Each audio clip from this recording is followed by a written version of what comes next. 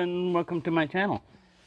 Well, before I start this one, I just wanted to say the reason why I show you how easy these locks are to get into is not to make you into a budding criminal or anything. It's just to let you know, if you put this lock on something like your shed or something like that, that's you think this is protecting you very well, it is protecting against physical security fairly well, because this is a hardened shackle instead of like in China. A lot of them, they'll just stamp hardened on there, but that's the only hardened part of it was the stamp. And this laminated, this is like armor.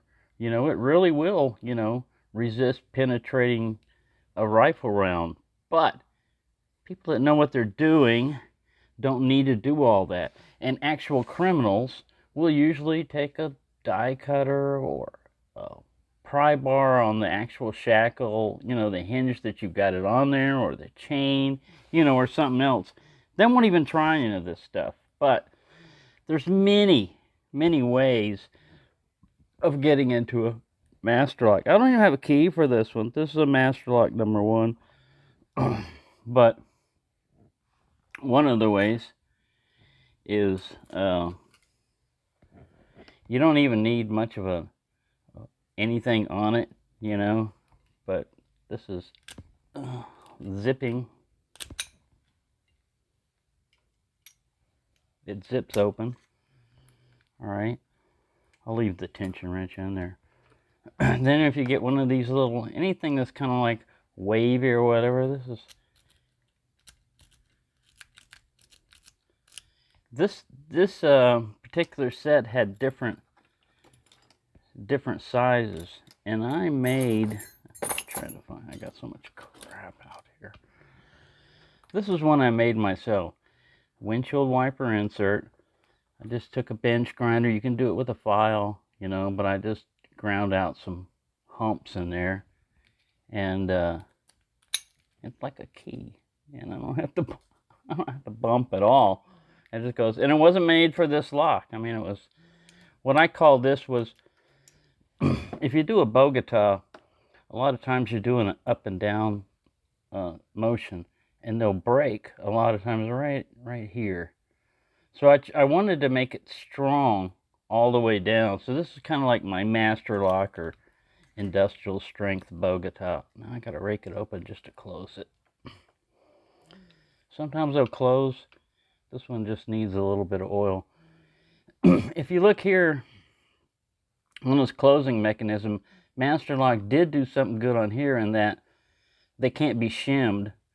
A shim is where you take a flat piece of metal and you go around here. Sometimes it can be made out of a soda can, and it's got ears on it, and you just twist it around, and it basically blocks this mechanism right here. I mean, it, you know, it bypasses it, and the shackle just pop right open. You have to do it on both sides on one. But because down in here, because of those lips right there, that's all it takes. Your shim will hit that and get stuck and break, basically. So it is protected, you know, very well against that. Oh, there, I got him to shut. So we've got that. We got those. They make this thing, you see it in a lot of movies and everything, as a pit gun. All it is it's kinetic force. It's just snapping these pins up.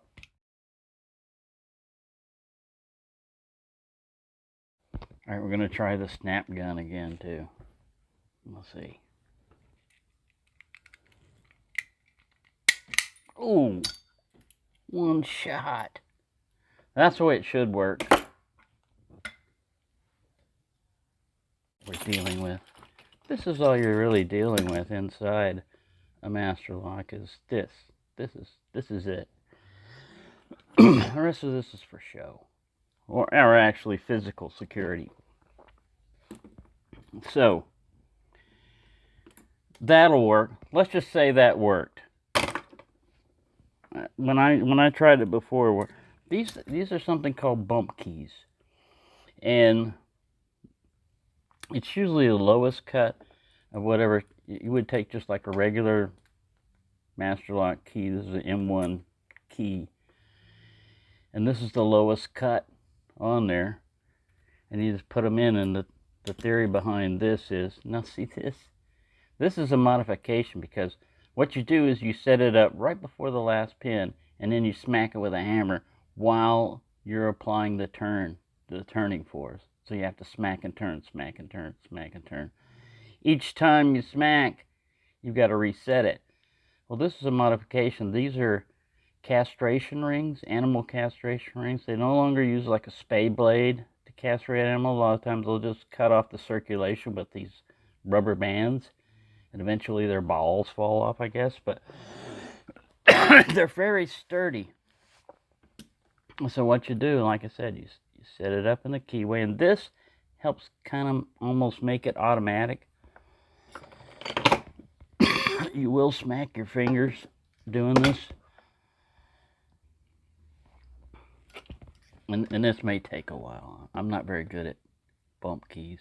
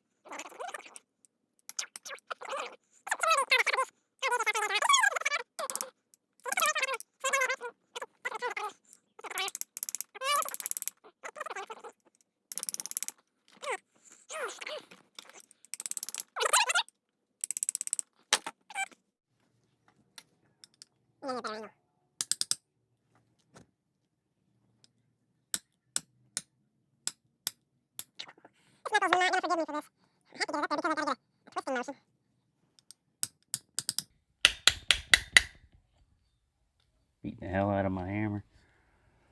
That's what it's for. That's what it's there for. Get the hell beaten out of. Oh, there we go. Finally. Man. Like I said, it's practice. And as you can see, it's eating the hell out of the, the rubber. But it really does help. So there, that's another way.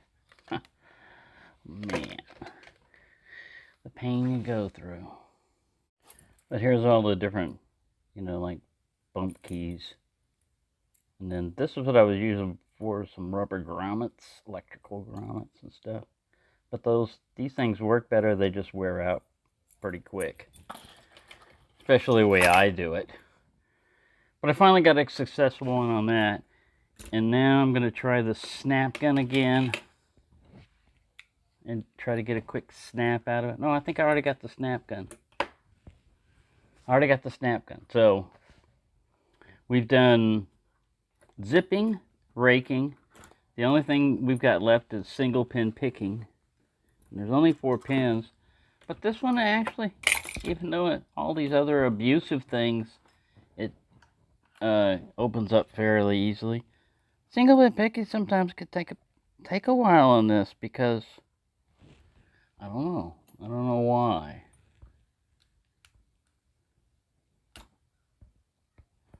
I tend to like overset some pins or something. I don't know what's going on.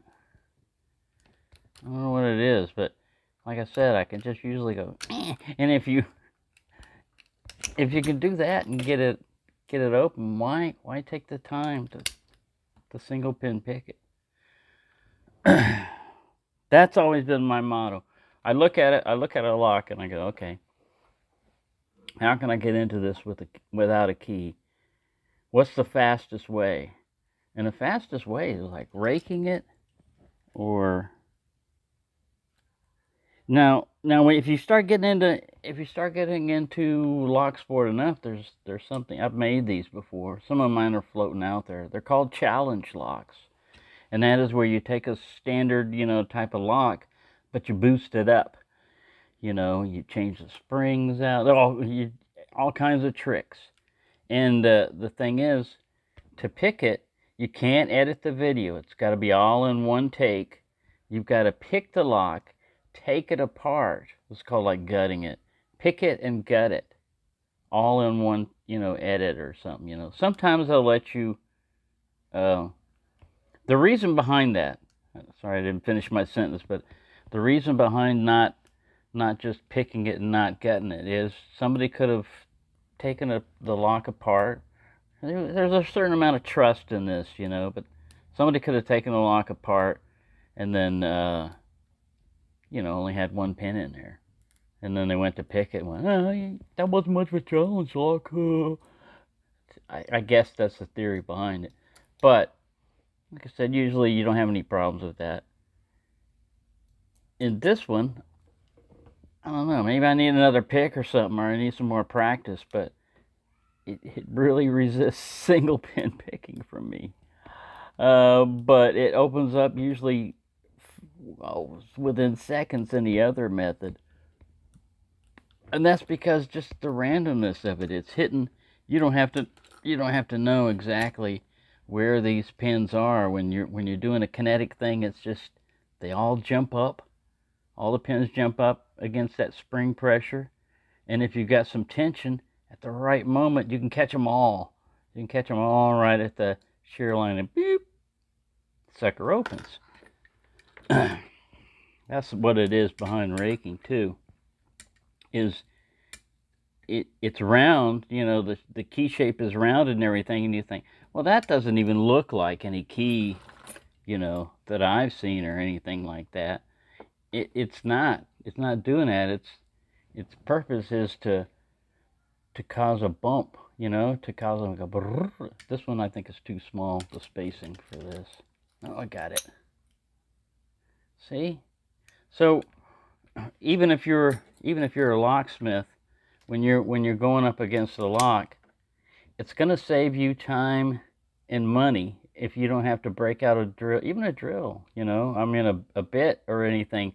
Those materials cost time, but if you know how to rake a lock, they don't care. Time is money. They don't care how if pin 1 was set high or whatever, it's just like, this guy wants you to get into that lock. Boom, got in. Oh, by the way, I get paid at a minimum, I get paid as a minimum for 1 hour for coming out here, and my wage is, X amount of money. And so I know a lot of them I've talked to a lot of locksmiths before, and they'll come out there and they'll drill the lock out or something, and the guy will go, well, I could have done that, yeah, but you didn't, and I did, and so this is what it's going to cost you.